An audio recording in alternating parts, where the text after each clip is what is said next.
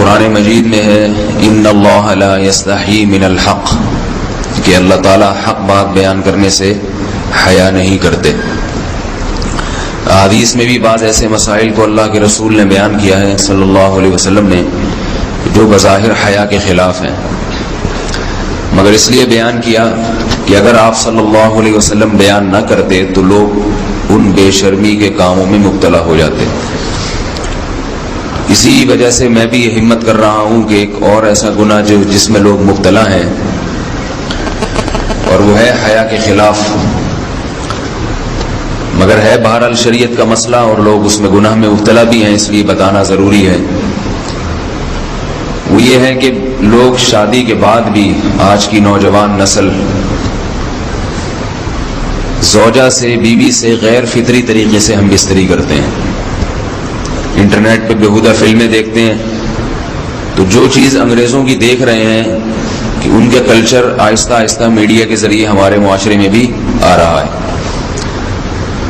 اللہ کے رسول صلی اللہ علیہ وسلم نے لعنت فرمائی ہے، ایک روایت میں ہے کہ اللہ اس کی طرف دیکھے گا نہیں کہ جو اپنی زوجہ سے پچھلے راستے سے ہم بستری کرے گا۔ یہ بیماری بھی، یہ گندگی بھی لوگوں میں پھیلتی جا رہی ہے، خاص طور پہ جن کو لڑکوں سے بدفعلی کی عادت پڑ جائے تو وہ زوجہ سے فطری راستے سے ہم بستری نہیں کرتے۔ اللہ نے فرمایا کہ نساؤکم حرث لکم، یہ تمہاری زوجات ہیں، بیویاں ہیں، یہ نسل بڑھانے کے لیے ہیں۔ تو اسی راستے میں انسان اپنی خواہش کو پوری کر سکتا ہے جس راستے سے نسل بڑھتی ہے، اس کے علاوہ کسی اور راستے سے اپنی خواہش کو پورا کرنا یہ حرام ہے، گناہ کبیرہ ہے، گندگی ہے۔ ہمارے پاس کیسز آتے ہیں، ایک پاک دامن لڑکی کی شادی ہوتی ہے، لڑکا بھی بظاہر بڑا نیک، لیکن کیا ہے، لڑکا چونکہ ٹھرکی ہوتا ہے، شہوت کا درندہ ہوتا ہے، تو وہ یہ نہیں دیکھتا کہ میں اپنی بری خواہش مٹانے کے لیے میں اپنی زوجہ کو غیر فطری طریقے پر مجبور کیسے کر سکتا ہوں، تو مجبور کرتا ہے پھر اپنی بیوی کو۔ اس میں جو عورتیں زیادہ پاک دامن نہیں ہوں، نیک نہ ہوں، یا ان کو یہ ڈر ہو کہ طلاق ہو گئی تو ہم کہاں جائیں گے، وہ پھر اپنے شوہر کے ساتھ اسی غیر فطری طریقے پر آمادہ ہو جاتی ہیں، اور اس کا عذاب اور اس کا وبال یہ ہوتا ہے کہ کچھ دنوں میں ان کو بھی اسی کی لت پڑ جاتی ہے۔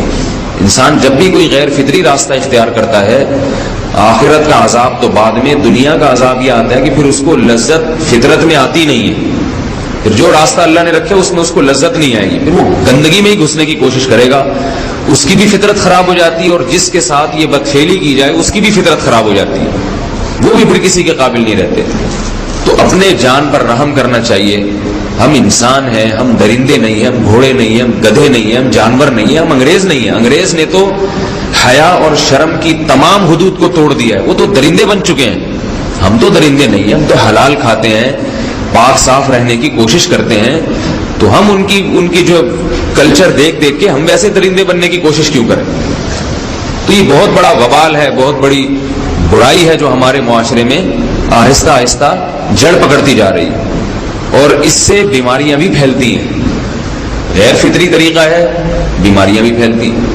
ایسے کیسز آتے ہیں کہ جناب وہ مرد مجبور کر رہا ہے بیوی کو، اور وہ بیوی جو ہے ساتھ نہیں دیتی تو پھر اس کو طلاق کی دھمکیاں دیتے ہیں، ایسے کیسز بھی آتے ہیں۔ اور یہ بھی آتا ہے کہ مرد جب اپنی بیوی کو غیر فطری طریقے پر مجبور کرتا ہے، بیوی آمادہ نہیں ہوتی، تو مرد پھر یہ دھمکی دیتا ہے کہ بھائی میری خواہش تو تم سے پوری ہوتی نہیں ہے، پھر میں دوسروں کے پاس جاؤں گا۔ تو یاد رکھیں، جس عورت کا شوہر یہ دھمکی دے اس کو کہ میں زنا کروں گا اگر تم نے میری خواہش پوری نہیں کی غیر فطری طریقے سے، تو عورت اپنے شوہر سے کہہ دے کہ جاؤ تم کہیں اور جا کے منہ کالا کرو، تمہاری فطرت میں گندگی ہے تو یہ مجھے گندا بنانے کی کوشش نہ کرو، اس کو زنا کرنے دیں، وہ اللہ آخرت میں اس سے بھگتے گا۔ ہر بیماری کا اللہ نے علاج رکھا ہے۔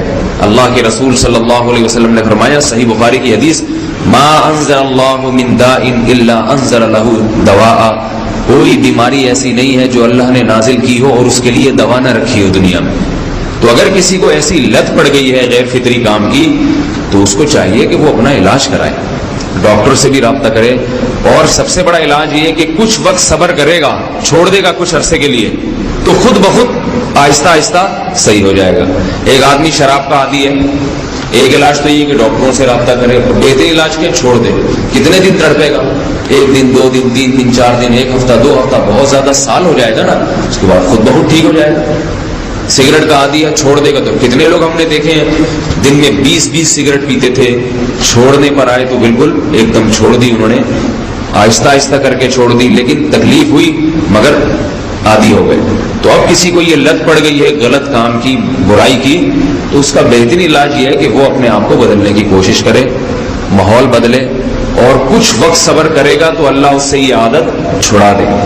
نہیں کی، صبر نہیں کیا اس نے، پھر اسی گندگی میں موت واقع ہوگی، پھر آخرت کا عذاب بہت سخت، نسلیں برباد ہو جاتی ہیں اس عمل سے انسان کی۔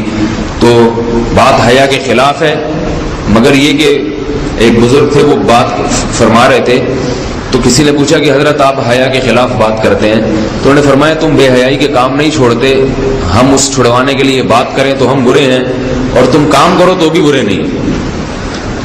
برائی کا کام کرنے میں برا نہیں بنتا، اور برائی کے خلاف بولنے والا برا بن جاتا ہے کہ دیکھو یہ کیسی باتیں کر رہے ہیں۔ تو بھائی باتیں ہیں اس لیے ہیں کہ یہ معاشرے میں یہ برائی پھیلتی چلی جا رہی ہے، اور یہ ہماری اپنا کلچر نہیں ہے، یہ امپورٹ ہو رہا ہے باہر سے، یہ امپورٹ ہو رہا ہے، یہ وہاں میڈیا کے ذریعے آ رہا ہے۔ تو وہ چیزیں دیکھا نہ کریں اور ان لوگوں سے دور رہا کریں۔ ہمیں تو دین کا داعی ہو کے ان کو ہدایت پر لانا تھا، بجائے ہم ہدایت پہ چل کے دوسروں کو چلانے والے بن کے ان کے راستے پہ ہم نے چلنا شروع کر دیا۔ اللہ تعالیٰ ہمیں اب دیکھیں ان کے ہاں ایڈز کا مرض پھیل گیا ہے۔ آپ بتائیے یہ ایڈز کا مرض ہمارا ہے کیا؟ یہ بیماری ہماری ہے یا ان کی ہے؟ ہمارے یہاں بیماریاں ہیں، کھانسی ہے، نزلہ ہے، ٹھیک ہے نا، بلڈ پریشر ہے، شوگر ہے، یہ بیماریاں ہماری ہیں۔ کوئی اللہ کا شکر ہے گندی بیماری ہمارے ہاں نہیں ہے۔ جتنی گندگیاں ہیں وہاں سے آ رہی ہیں، ایڈز کا مرض وہاں سے امپورٹ ہوا ہے۔ وہ ایڈز کا مرض اسی بدفعلی کی وجہ سے پیدا ہوتا ہے، اسی سے جراثیم پیدا ہوتے ہیں، اور اتنا خطرناک مرض کے ایسے متعدی ایسے پھیلتا ہے۔ افغانستان میں ایڈز کا ریشو 0 تھا، 0۔ وہ جانتے نہیں تھے کہ ایڈز کا مرض ہوتا کیا ہے۔ جب سے امریکن آرمی، برطانیہ آرمی افغانستان میں آئی ہے، فوجی آئے ہیں، افغانوں میں ایڈز کا مرض پھیل گیا ہے، انہوں نے وہاں بدفعلیاں شروع کر دی ہیں۔ تو وہ تو حالانکہ ان کے لیے زنا کتنا سستا ہے، کتنا سستا ہے نا ان کے لیے زنا، پھر بھی وہ لڑکوں کی طرف مائل ہوتے ہیں۔ تو اتنی گندگی، ایسا گندا جب انسان بن جائے پھر اللہ اس کے وجود کو برقرار نہیں رکھتے، اور رکھتے ہیں تو پھر آخرت میں سزا دینے کے لیے اپنے آپ کو ان گندگیوں سے بچانا چاہیے، حلال پہ اکتفا کرنا چاہیے۔ اللہ تعالی ہمیں حلال پہ قناعت کی توفیق عطا فرمائے اور پاکیزہ لوگوں میں ہمارا